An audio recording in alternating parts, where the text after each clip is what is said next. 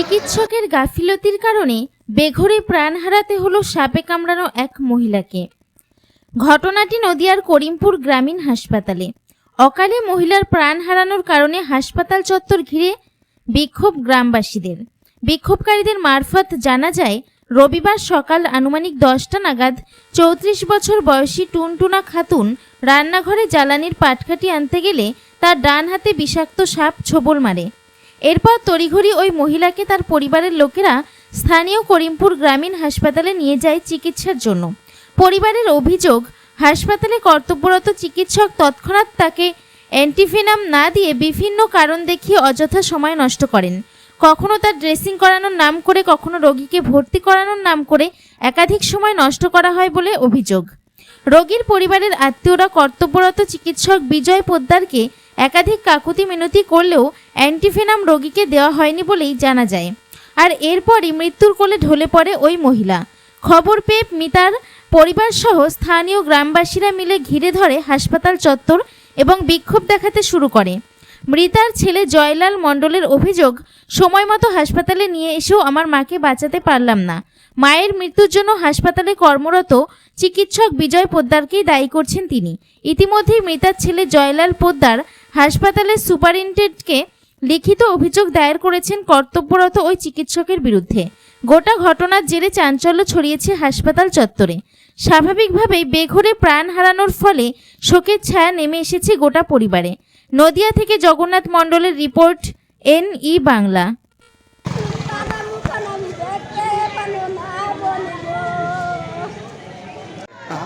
বলুন, কি ঘটনা ঘটেছিল বলুন।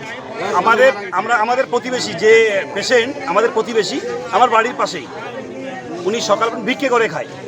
সকালবেলায় মানে রান্না করার জন্য খড়ি তুলতে গিয়ে হাতে সাপে কামড় দেয়। আমরা তৎক্ষণাৎ জানতে পেরে সঙ্গে সঙ্গে 12 মিনিটের মধ্যে মমিনপুর থেকে করিমপুর সদর হাসপাতালে আমরা নিয়ে আসি। নিয়ে আসার পরে এখানে এসে দেখি কোনো ডাক্তার নেই। একজন ম্যাডাম ডাক্তার ছিলেন, উনি রাউন্ডে ছিলেন।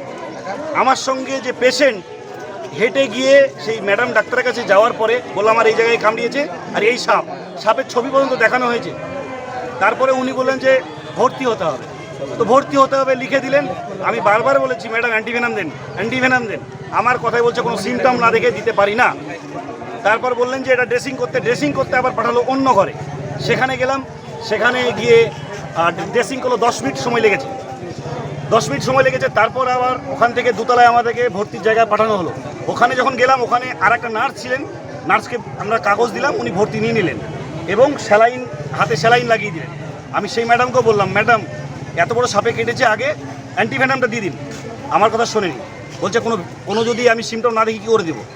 তো আমি কিছুক্ষণ পর আমি পেশেন্টকে জিজ্ঞেস করলাম, তোমার কি কিছুর ভিতরে কষ্ট হচ্ছে? তো বলছে যে আমার চোখটা অন্ধকার হয়ে আসছে, আমি কাউকে দেখতে পাচ্ছি না। তো এটা তো সিমটম না। আমি তারপরেও কিন্তু নার্সকে বললাম যে চোখে কিন্তু দেখতে পাচ্ছে না, ঝাপসা দেখছে। কিন্তু সেই আমার কথাতে কোনো কথা কানে দেয়নি, ট্রিটমেন্টটাই করেনি। মোটামুটি 15-20 মিনিট ওখানে যত পেশেন্ট পার্টি, মেয়েগুলো, ছেলে মানুষগুলো ছিল, সবাই কিন্তু সেই পেশেন্টের সঙ্গে কথা বলেছে, সবাই কথা বলেছে। আর উনি বাঁচার জন্য আকুতি মিনতি করছে। যিনি মারা গেছেন তিনি বাঁচার জন্য আকুতি মিনতি করছে যে আমাকে ট্রিটমেন্ট করো। কোনো ডাক্তার আসেনি জায়গায়। লাস্ট পর্যন্ত আবার নিচে দৌড়ে এসে রাউন্ডে সেই ডাক্তারকে এসে, যে ম্যাডাম ছিলেন একটা, ওকে বললাম যে ম্যাডাম পেশেন্টের অবস্থা খুব খারাপ, আপনি চলুন, আপনি তো ভর্তি করতে বলে তো এখানে বেঁচে দাঁড়িয়ে আছেন। ওইখান থেকে আবার পেশেন্টের কাছে যেতে 10 মিনিট সময় লাগালো। আবার 4টে জায়গায় দাঁড়িয়ে টাইম পাস করলো। যেতে তারপরে তো গিয়ে দেখছে যে রুগী তো আমার আড়াল মেরে দিয়েছে। তারপরে গিয়ে দিয়েছে অ্যান্টিভেনাম। একসঙ্গে 10টা ঢোকাচ্ছে। তখন 10টা কেন 50টা ঢোকালে কাজ হবে? আপনারা কি এখন চিকিৎসা? আমরা এর বিহিত চাই, আদার্স কিচ্ছু না। আপনারা অভিযোগ করেছেন? হ্যাঁ, লিখিত অভিযোগ করেছেন? আমরা লিখিত অভিযোগ করবো, আপনাদেরকেও করবো, পুলিশকেও করবো, সুপারকেও করবো। আমরা গ্রাম প্রতিবেশী সবাই আমরা এর বিহিত চাই। তো সবাই সবাই আমরা বিহিত চাই। যিনি মারা গেছেন ওনার নাম কি? ওনার নাম টুনটুনা বেওয়া। আপনার নাম? আমার নাম পিন্টু মণ্ডল। আমি প্রতিবেশী, আর আমি নিজে এনেছিলাম পেশেন্টকে। যদি আপনি পেশেন্ট কি করছে, আপনি এখানে সিসিটিভি ক্যামেরাতে দেখলেই বুঝতে পারবেন। পেশেন্ট বাঁচার জন্য চেষ্টা করেছে, কিন্তু এরা বাঁচতে দেয়নি। মুর্শিদাবাদের নাম করলে নদিয়ায় ট্রিটমেন্ট হয় না, এটা হয় না। এটা কেন হবে? এটা কেন? আমরা রাজ্যের লোক নই? এটা আমরা বিহিত চাই। এটা আপনারা দেখুন কি করতে পারে।